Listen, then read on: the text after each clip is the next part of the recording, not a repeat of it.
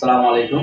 দর্শক, আমাদের সমাজে কিছু মানুষ আছে যারা ড্রাইভারকে নিয়ে খুব খারাপ কথা বলে, যে ড্রাইভাররা গাঞ্জা খায়, ড্রাইভাররা নেশা করে। আসলে সব ড্রাইভার সমান না। আমি একজন ডিস্ট্রিক্ট ড্রাইভার। আমি সমগ্র বাংলাদেশ ভ্রমণ করব এবং আপনাদেরকে দেখাবো আসলে আমাদের জীবনযাত্রা কেমন চলে। তো অনেকদিন ধরে কল্পনা করতেছিলাম যে আসলে আমাদের জীবনযাত্রা কেমন চলে সেটা আপনাদের সামনে উপস্থাপন করি। এখন দেখার বিষয় হচ্ছে, যদিও একটু কঠিন হবে কিন্তু আমি চেষ্টা করব। তো আমাদের ডিস্ট্রিক্ট ড্রাইভারদের একটা স্বভাব হচ্ছে, তারা সাথে করে এরকম একটা ব্যাগ নিয়ে যায়। এরকম একটা ব্যাগ নিয়ে যায়। আসলে এই ব্যাগের ভিতরে কে কি নিয়ে যায় জানি না। তবে আমি সব ড্রাইভারদের উদ্দেশ্যে মেসেজ দিব, আপনারা যে ব্যাগ নিয়ে যান, এই ব্যাগের ভিতরে কি কি নিয়ে যাওয়া উচিত সেটা আপনাদেরকে আজকে আমি নিজে দেখাবো। তো চলুন কথা না বাড়িয়ে আমাদের এই ব্যাগের ভিতরে কি নেই সেটা আপনাদেরকে দেখাই। এবং আমরা রাস্তায় যাব এবং আমরা বিভিন্ন জেলায় ঘুরবো। চেষ্টা করব বিভিন্ন জেলার সৌন্দর্য এবং বিভিন্ন জেলার ঐতিহাসিক কিছু দৃশ্য আপনাদেরকে দেখানো। তো চলুন কথা না বাড়িয়ে আমরা আগে ব্যাগের ভিতরে কি নিয়েছি সেটা আপনাদেরকে দেখাই। তো দর্শক, এখন আপনাদেরকে দেখাবো আমি ডিস্ট্রিক্টে আসলে কি কি নিয়ে যাই সাথে করে। আমি হচ্ছে প্রথম আমার যে যন্ত্রের ব্যাগ আছে, চলুন আমরা যন্ত্রগুলো একটু দেখি। একজন ড্রাইভারের রাস্তায় গেলে, গাড়ি নষ্ট হলে কি কি প্রয়োজন হতে পারে, মোটামুটি আমি সে ধরনের কিছু নিয়ে নিয়ে নিছি, একটু দেখাই আপনাদেরকে। আমি এখানে একটা ইঞ্জিনের মতো একটা টেস্টার নিয়ে নিছি, ইঞ্জিন ঠিক করার মতো। এই যে দুটো টেস্টার নিয়ে নিছি, একটা প্লাস নিয়ে নিছি, এবং এখানে 6 নম্বর একটা যন্ত্র নিয়ে নিছি, 8 নম্বর একটা রিং ডালি নিয়ে নিছি, 8 নম্বর আরো একটা রিং ডালি নিয়ে নিছি। ঠিক আছে, এখানে আমি নিচ্ছি আরো 14-15 একটা ডালি নিছি, 10 নম্বর একটা রিং নিছি, 14-15 আরো একটা ডালি নিছি। এখানে একটা 12 নম্বর, 12 এক মাথা 13 নম্বর একটা রিং নিছি। ঠিক আছে, এখানে একটা শুধু 12 নম্বর রিং নিছি, 2 মাথায় 12। এরপরে হচ্ছে একটা শীষ কাগজ নিয়ে নিছি। অনেক সময় দেখা যায় ব্যাটারিতে প্রবলেম দেখা দেয়, এখানে একটা টেস্টার খালি অংশ রয়েছে। তারপরে এখানে আমি হচ্ছে আপনাদের একটু দেখাই, যদি একটু ঢাইলা দেখাই। এই দেখুন, এখানে হচ্ছে আমি এই আপনারা একটু দেখুন, এখানে বেশ কিছু বল্টু নাট, হ্যাঁ, এগুলা রয়েছে। এগুলা, এই যন্ত্রগুলা আর এই নাট বল্টু গুলা আপনি যখন রাস্তায় গাড়ি কোনোভাবে নষ্ট হয়ে যাব, তখন আপনি মিস্ত্রি আসার আগে আপনি নিজেই ঠিক করতে পারবেন। ঠিক আছে, এগুলো আমি নিয়ে নিচ্ছি। ঠিক আছে, এবার এটা হচ্ছে আমার যন্ত্রর ব্যাগ। এটাকে আমি ভাঁজ করে আমার ব্যাগের ঠিক নিচ অংশে দিয়ে নিলাম। তারপর আমি যন্ত্রগুলো এখানে নিয়ে নিলাম। এবার আমি আমার কিছু কাপড় চোপড় নিয়ে নিচ্ছি, আপনাদেরকে দেখাচ্ছি এগুলা। এখানে দেখুন, আমি একটা টুথপেস্ট নিয়ে নিচ্ছি, একটা ব্রাশ নিয়ে নিচ্ছি, ছোট্ট একটা চিরুনি নিয়ে নিচ্ছি। এগুলো আমার কাজে লাগবে, আমি যদি এক ডিস্ট্রিক্টে যাই তখন আমার এগুলো কাজে লাগবে।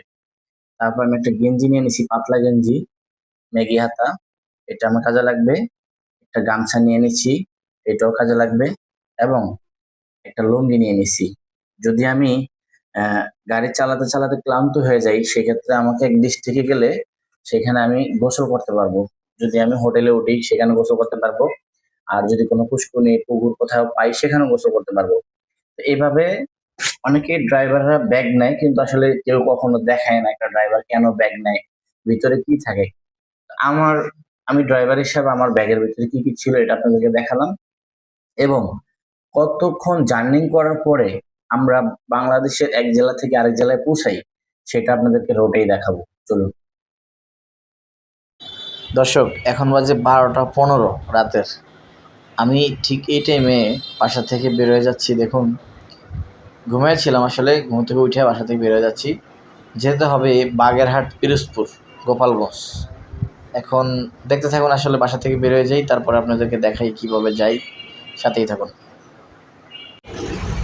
তো দর্শক, বলতে বলতে গাড়ি ছেড়ে দিয়েছি। অলরেডি আমাকে কেরানীগঞ্জ থেকে এখন কামারপাড়া যেতে হবে, উত্তরা কামারপাড়া। সেখানে আমাদের অফিস আছে, সে অফিসে টাচ করে সেখান থেকে সরাসরি চলে যাব বাগেরহাট, পিরোজপুর।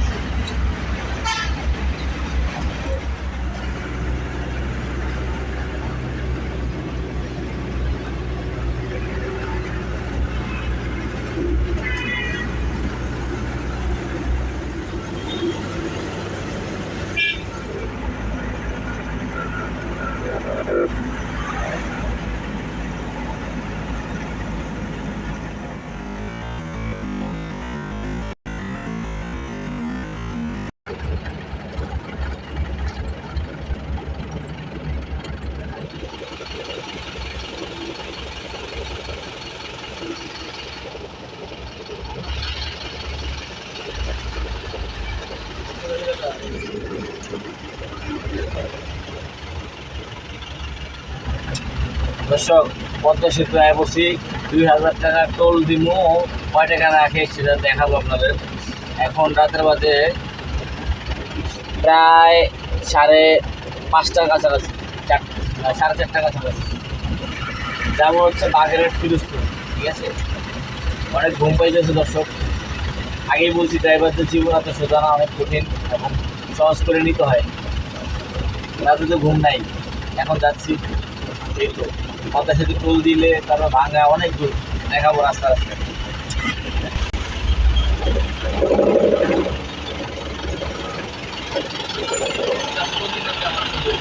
ঠিক আছে।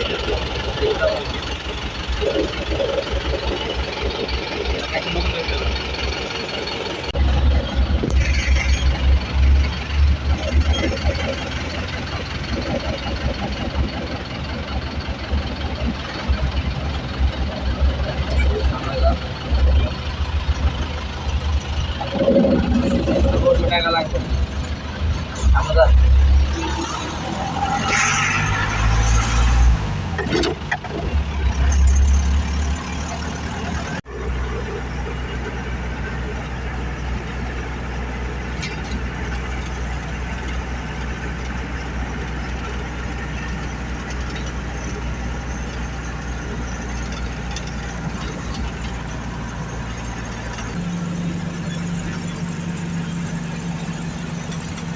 তো বলতে বলতে আমরা পদ্মা সেতুর উপরে অলরেডি গাড়ি উঠে গেছে। এখন সেতুটাকে আপনাদেরকে দেখাবো। আসলে এই সেতুটা কিন্তু 10 কিলোমিটার লম্বা। আপনি যখন টোল প্লাজা থেকে উপরে উঠবেন তখন দেখবেন যে এটা মোটামুটি 10 কিলোমিটার লম্বা। আর এটা আসলে রাতের বেলা সুন্দর লাগে, দিনে সবচেয়ে আর বেশি সুন্দর লাগে। নিচের সমুদ্রগুলো দেখা যায় এবং এখানে পদ্মাতে যে চরগুলো আছে চরগুলোও দেখা যায়। আর এখানে একটা জিনিস দেখেন যে 10 কিলোমিটার একটা ব্রিজ কীভাবে নদীর উপর দিয়ে নির্মিত হয়েছে। আসলে এটা খুবই কঠিন ছিল, এত সহজ ছিল না। আমরা তো এখন গাড়ি নিয়ে চলে যাচ্ছি, খুব সংক্ষেপে চলে যাচ্ছি, কিন্তু বাস্তবতা ভিন্ন খুব। এটা তৈরি হইতে কিন্তু কয়েক বছর সময় লেগে গেছিলো।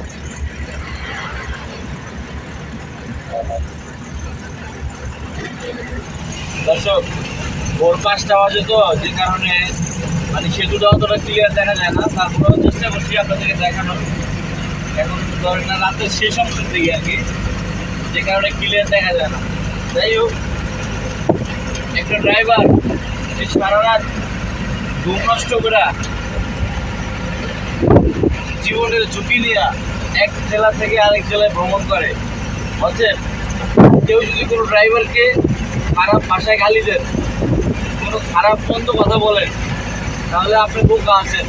কেন একটা ড্রাইভার তার জীবনটাকে পুরো বিসর্জন দেয় এই রাস্তায়। দেখতেই পাচ্ছেন, সেই রাতের 12টার সময় বাসা থেকে বেরোইছি।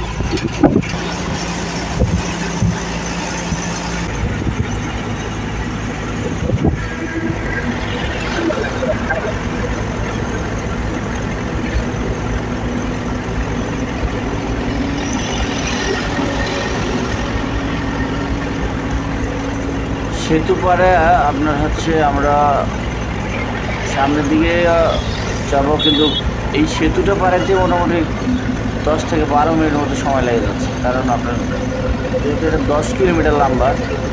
আর একটা জিনিস বলি, যখন আপনি গাড়ি ড্রাইভ করবেন কিছু কিছু দৃশ্য আছে, কিছু কিছু সময় আসছে যেই সময়গুলো আপনার খারাপ লাগলেও ভালো লাগবে। যেমন বিশেষ করে যে ব্রিজের উপরে যখন উঠছি তখন চোখে ঘুম ছিল, তারপরও ঘুমটা চলে গেছে। এই ধরনের সুন্দর দৃশ্য যখন চোখের সামনে আসে তখন আসলে ঘুমটাও ভেঙে যায়। কিন্তু আমাদের তো এটা পেশা, তাই না, এটা তো করতে হবে।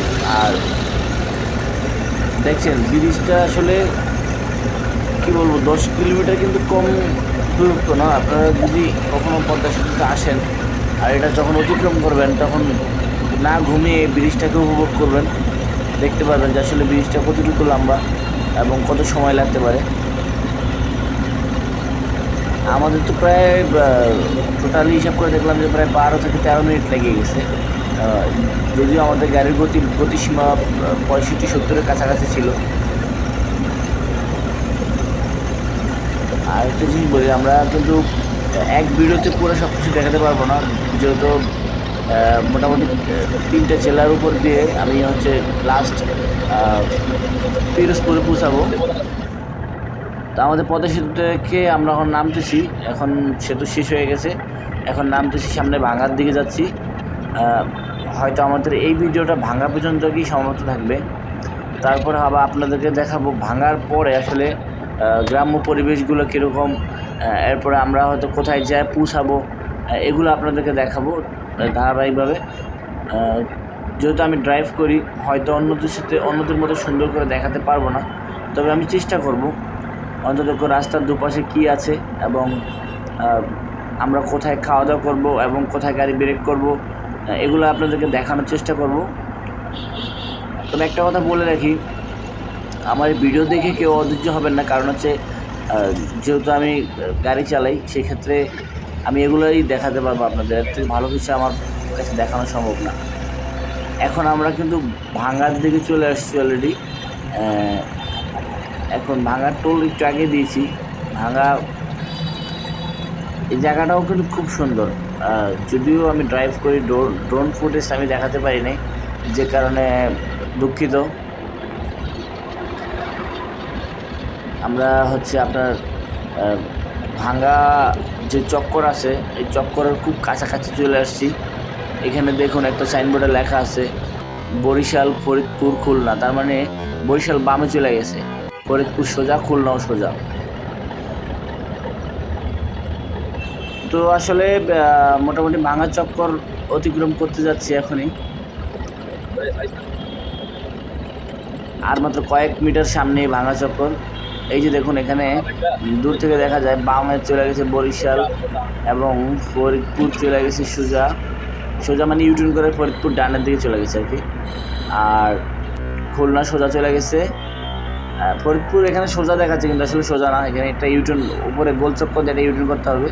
ইউটার্ন করলে হয়তো ডানের দিকে ফরিদপুর থাকবে। আর তো সবাই নেক্সট ভিডিওর জন্য অপেক্ষা করুন।